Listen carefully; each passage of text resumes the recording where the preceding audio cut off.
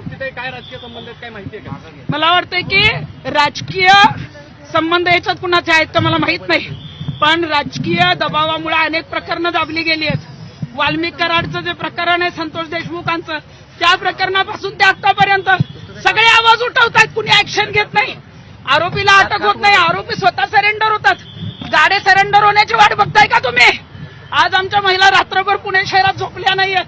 आज इथं सगळ्या महिला आहेत, त्यांच्या घरामध्ये मुलं मुली आहेत, सगळ्या घाबरून आल्या आहेत की आमच्या घरात उद्या मुलीवर कुठली वेळ नको यायला म्हणून.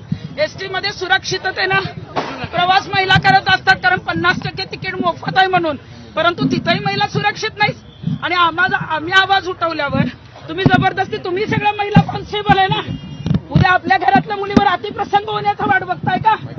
तुम्ही आम्हाला अडवल्यावर उद्या तुमच्यावर पण ही वेळ येऊ शकते, आमच्यावर पण येऊ शकते. दररोज घटना घडतायत, आम्ही काय दररोज रस्त्यावर उतरत नाही. तुम्हाला ताब्यात घेण्याचं काय कारण आहे? तुम्हाला काय ताब्यात घेतलं गेलं? नाही, आम्ही आवाज उठवला म्हणून ताब्यात घेतला असेल कदाचित, किंवा मंत्र्यांची सुरक्षा त्यांना फार महत्वाची असेल.